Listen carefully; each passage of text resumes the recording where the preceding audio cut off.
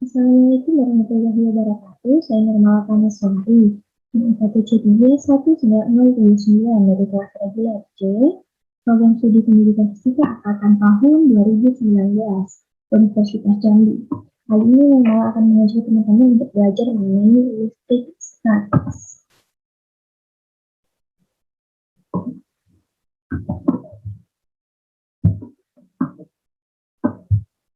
Apa yang dimaksud dengan listrik statis? Listrik statis adalah kumpulan muatan listrik dengan jumlah tertentu atau tetap, atau biasa disebut dengan statis. Ketidakseimbangan muatan listrik di dalam maupun di permukaan benda. Muatan listrik akan tetap ada sampai benda ini kehilangan dengan cara sebuah arus listrik melepaskan muatan listriknya tersebut. Muatan listrik muncul karena adanya perpindahan elektron dari suatu benda ke benda yang lain. Listrik statis terjadi ketika benda-benda yang memiliki aliran listrik saling berkaitan tanpa adanya sumber daya listrik. Atau, dengan kata lain, benda tersebut dapat menghasilkan proton maupun elektron tanpa menggunakan elemen pembangkit energi listrik.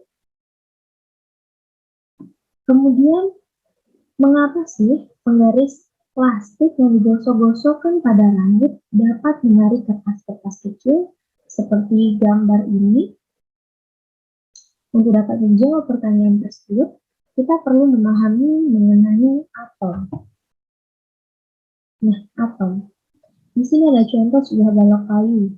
Di sini balok kayu dapat dikatakan dengan sebuah zat. Dan di dalam suatu zat terdapat atom. Kemudian, di dalam atom-atom tersebut terbagi lagi, di mana atom memiliki inti atom dan memiliki elektron. Kemudian, di dalam suatu atom tersebut juga ada proton dan neutron, di mana elektron ini merupakan muatan yang negatif. Proton ini muatannya positif dan neutron ini dapat dikatakan normal. Sebagai penjelasan seperti ini.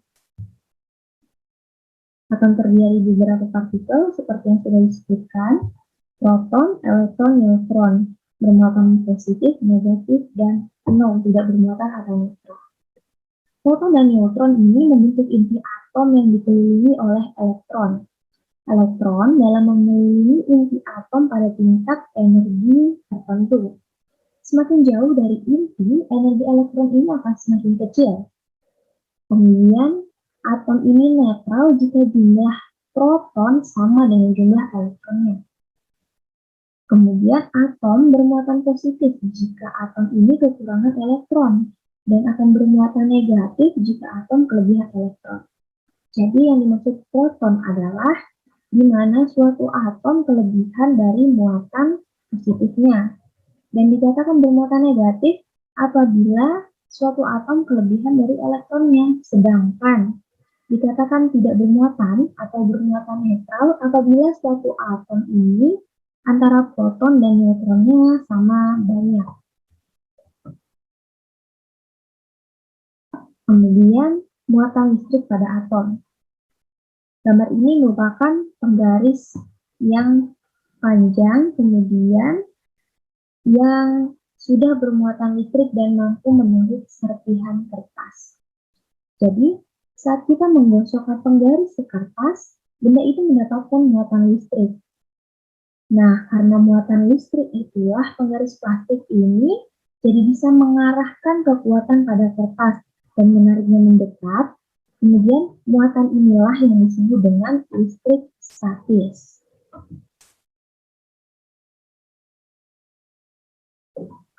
Kemudian ini adalah interaksi antara muatan listrik, di mana terdapat kaca dan kaca. Di mana jika kaca dan kaca ini dia akan saling tolak-menolak. Kemudian contohnya bila misalnya kaca dan plastik. ini tentu akan tarik-menarik.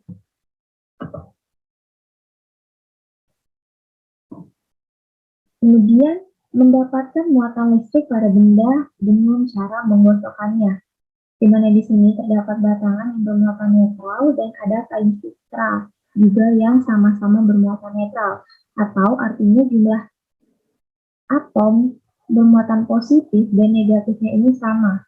Jumlah proton dan neutronnya ini sama banyaknya. Kemudian kaca yang digosok-gosok dengan kain sutra, maka kaca ini akan menjadi bermuatan listrik positif karena elektron kaca ini berpindah pada kain sutra. Jadi, kain sutranya ini dapat dikatakan bermuatan negatif, seperti itu.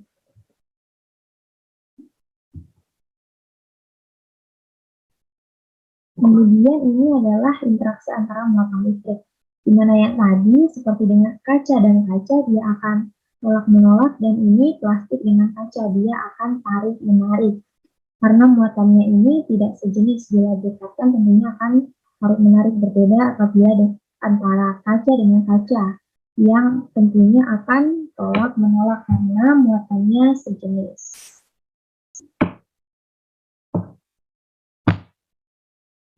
Sudah kita tampilkan bagaimana cara kerja atau pergerakan dari gesekan kertas dan penggaris. Kita perhatikan slide-nya sebagai berikut.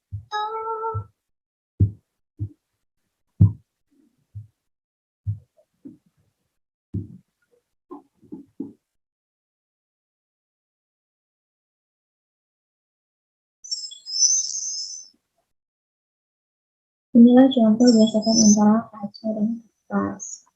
Kemudian ini mengenai atom tadi. Nah, seperti ini pergerakan elektronnya. Dan yang di tengah merupakan inti atom. Jadi, elektron ini mengitari inti atom.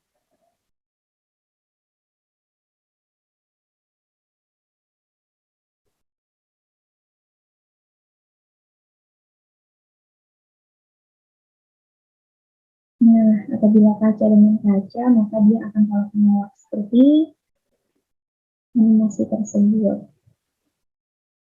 Nah, ini contoh gesekan antara kain sutra dan kaca, di mana muatan negatif pada kaca berpindah pada kain sutra. Ini antara plastik dan kaca dia akan mendekat atau tarik-menarik. Sekian penjelasan singkat dari Nirmala mengenai listrik statis. Nirmala ucapkan terima kasih. Wassalamualaikum warahmatullahi wabarakatuh.